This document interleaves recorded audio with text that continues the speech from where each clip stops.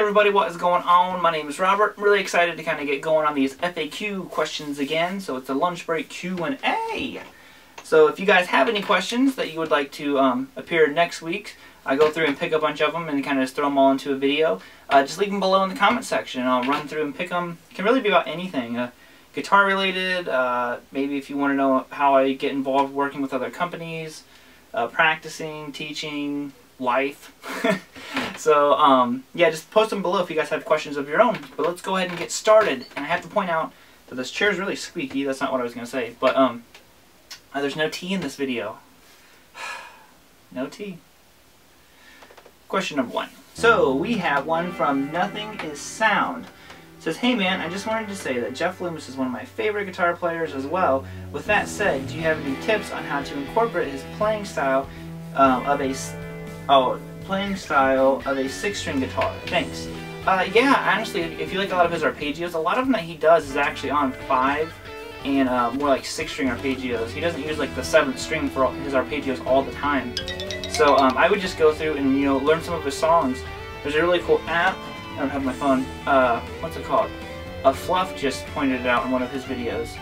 It's called AnyTune. You can slow things down by like up to half speed or something like that. So obviously if we're dealing with Jeff Loomis, we're dealing with like a shredder. So I would maybe look into somewhere you can slow down his stuff and kind of pick out note for note by ear. And I think that would help a lot. Next question. So this is by U.S.S3.14. Says, hey Robert, how long has your wife been playing guitar, and who's the better musician? I'm not sure how long my wife's been playing guitar, actually. I think we've been playing around the same amount of time, like 9 years or something like that. First, who's the better musician? I mean, we're just two different people about guitar. She loves playing guitar, it's very much a hobby for her, and then I'm like the total geeked out nerd that wants to play guitar 24/7. So, it's hard to say. I'd say we're both the same, both just like playing guitar at the end of the day. And it's just something that makes us both happy, and that's actually how we met. So, next question. So this one is from Mark Bartle. What is going on, man? He's the guy who won the iPad from the 5,000 subscriber giveaway, which we're getting ready to kick off the 10,000 subscriber giveaway, which still kind of blows my mind. It says, hey buddy, great stuff as usual. Out of your Chapman guitars, which is your favorite and why? Well, if you guys have seen some of my recent videos, like I said, these questions are kind of old. But, yeah, so I actually just sold the ML1, and I'm shipping it out tomorrow. The box is behind the camera over there. So, in that case, obviously the Hot Rod, I can't reach it, Hot Rod 1. Man, this chair is squeaky.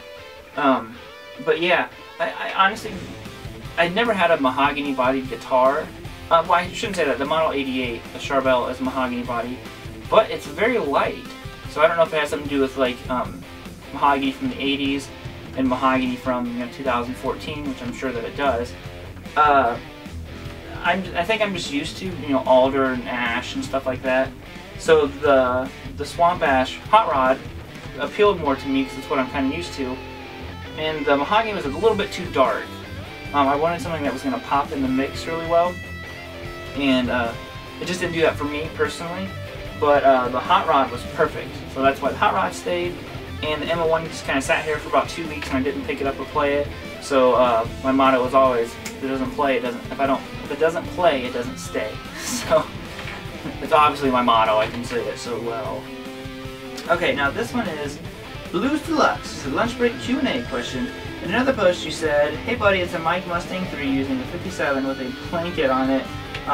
Can you elaborate on that? Do you cover the whole amp, just the back of the amp, the whole thing? Amp and mic together completely? Also, what is your goal when you're using this recording technique?" At the time, the reason I was doing that is because I didn't have any soundproofing in here. If you guys have seen the building the home studio vlog, we've soundproofed the whole room now, just waiting on the bass traps. That's pretty much it. But basically what happens is when you're recording and your amp produces sound, so the amp pushes the sound out and it hits the walls and it bounces all over the place, and it comes back to the microphone in a lot of different angles. It doesn't just enter the microphone like, here's the amp, here's the mic. It doesn't just hit the mic here.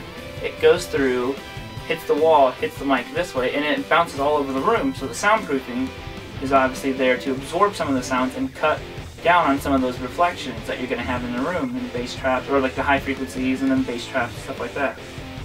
Now the blanket is kind of like the cheap way of cutting down on some of that a little bit, because what you're doing is you're removing some of the room echo and reverb. This is why you see some people, you know, like Eddie Van Halen would put like styrofoam in front of his amp when he's playing live to cut down on some of those like frequencies and stuff like that. So I put the blanket over the whole thing, over the amp and the mic, and that's why a lot of times you don't see the amps in my videos, because, well, now you will, because I don't need to do that anymore, but I didn't want to have like a nice blanket. Here's what I'm miking with, just a blanket. So that's why I do it, or did it I should say, was to kind of kill some of the room reverb. And you'll see that a lot of people do this. They kind of cover the mic to just give it a little bit more of a tighter sound. So that is why I did it anyways. So the final question of today comes from Christo Flower. He says, I'd like to hear about your home studio setup. I'm a total noob with this stuff. So honestly, I have a pretty small setup, nothing too crazy. Most of the recording is done in Logic Pro 10. So on this or on the MacBook, I did like a whole little how I record setup. And then basically if you look over here, you can see the audio box, which I'm actually replacing this with the Focusrite TI4. So that will be here pretty soon.